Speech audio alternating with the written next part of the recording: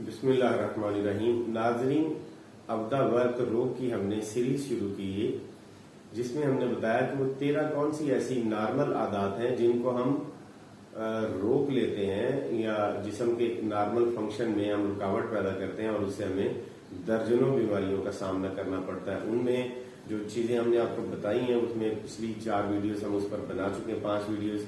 खाना रोकना, पेशाब, जमाई, आंसू, छींक, डकार, कै, मनी, प्यास, भूख और सांस और नींद, इन चीजों को रोकने से कौन कौन से मसाइल पैदा होते हैं इस वीडियो में आपको बताएंगे कि आंसू रोकने से कौन से मसाइल पैदा होते हैं। अक्सर इंसान को गुबार आता है, दिल बेचैन होता है या कोई दुख होता है तो माजी का कोई वाकया या कोई भी परेशानी इंसान को परेशान करती है तो आंसू आने लगते हैं।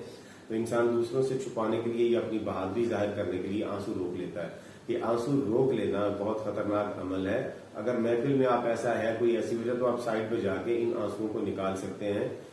कोई भी ऐसी अलग जगह पर आप जाके इसको जरूर निकालें। इनको रोकना नुकसानदेह है, इससे परेशानियां, तकलीफें और बीमारी पैदा होती है और इंतहाई शदीद शिकायत होती है।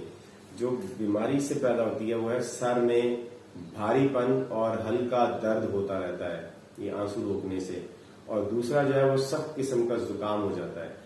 अब अगर आपको अक्सर मसाइल का सामना करना पड़ता होगा, जिंदगी में कोई उतार चढ़ाव आते हैं, उसकी वजह से अगर दिल भारी होता है या रोना आता है लेकिन आप रोते नहीं और आंसू नहीं निकलने देते तो उससे फिर आपके सर में मुस्तकिल दर्द रहेगा, सर भारी रहेगा और फिर मुस्तकिल जुकाम भी सख्त जुकाम हो जाएगा उसकी वजह से।